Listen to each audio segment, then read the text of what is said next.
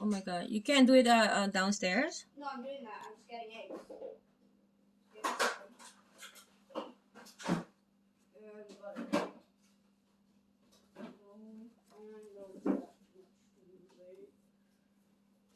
Okay, so I have talked about doing a separate video for the adductor group muscles, and I have talked about the adductor magnus in that video, and I will just talk about it again. I just don't have time to edit it. So adductor magnus, what it does is adduct the hip. It does bring the hip to the midline. Okay, it medially rotate the hip, and there's a correction there that our teacher told us.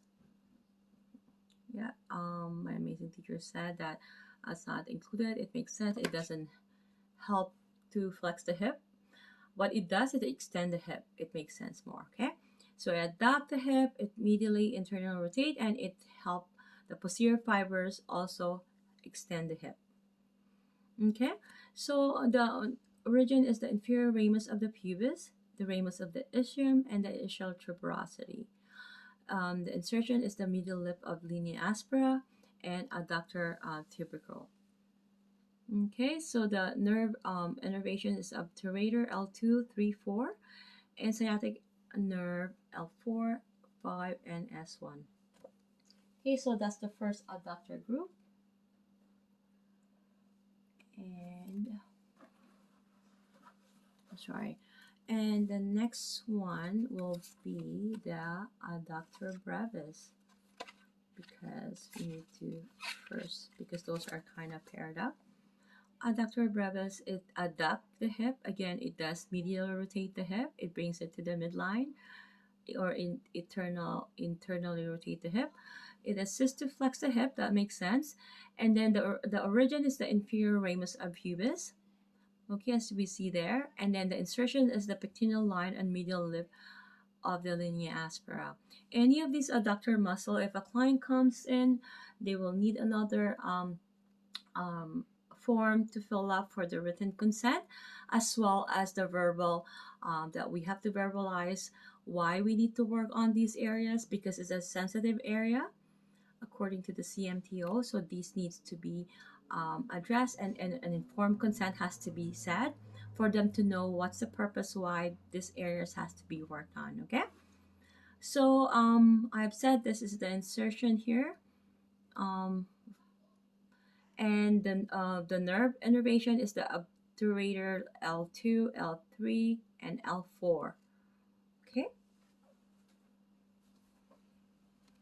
and this one here, they said, if you were to bring your knee toward the ceiling, or if you were to flex your hip, this is the long muscle that does the job. Okay, so it flexes the hip. The sartorius flexes the hip. It laterally rotates the hip.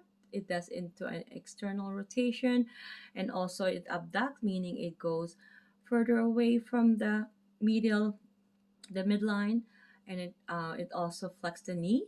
It helps to flex the knee because it's crossing two joint, and it also medially rotate the flex knee. Okay, the insertion is the proximal medial shaft of the tibia at the pes anserinus tendon. Okay, so gosh, I wish I could show later on. I'm gonna have to do the video for the lower limb, so I will have to show my feet and my lower legs. Okay, so the origin is the anterior superior iliac crest, or the ASIS. So anterior superior iliac spine. Sorry for saying crest. I have to repeat that. It's anterior superior iliac spine, which is short form for ASIS. We always refer it to ASIS. Okay, it's more superficial. It's very slender in nature. Okay, and very interesting muscle here is the tensor fascia latae. Okay, or latte, whatever you can say, whatever you can pronounce it. But what it does is it flexes the hip, and it medially rotates the hip. So it does an internal rotation, and it also assists with the abduction of the hip. So ABD, okay? And it's what's interesting about this muscle is the IT band seem like a tendon, a long tendon um, of the IT band. And then it goes to the girders tubercle, right? The iliotibial band. So it's like a long, long tendon. So if the TFL is tight, more so the IT band is also tight because it's one. It's like um, there's a coordination there, more so directly. Okay, so origin is iliac crest, posterior to the ASIS. Okay, and you will have to locate that. If you found the ASIS, you have to go along the line of the iliac crest, going posteriorly, and that will be the origin of the tensor fascia latae, and the insertion is at the iliotibial tract, like I said earlier. Okay, the innervation is superior gluteal L4, L5, and S1, and if you wanted to medial rotate your hip, that is the muscle that does that. And another muscle that medial rotate the hip will be the gracilis. Okay, gracilis is if you wanna squeeze your thighs together. It does that. It's part of the adductor group as well. It adduct the hip. It medially rotate the hip. It flex the knee. It medially rotate the flex knee.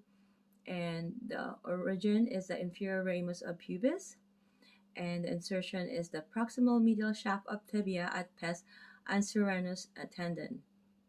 Okay, um, and the nerve innervation is the obturator L2, 3, and 4. Okay,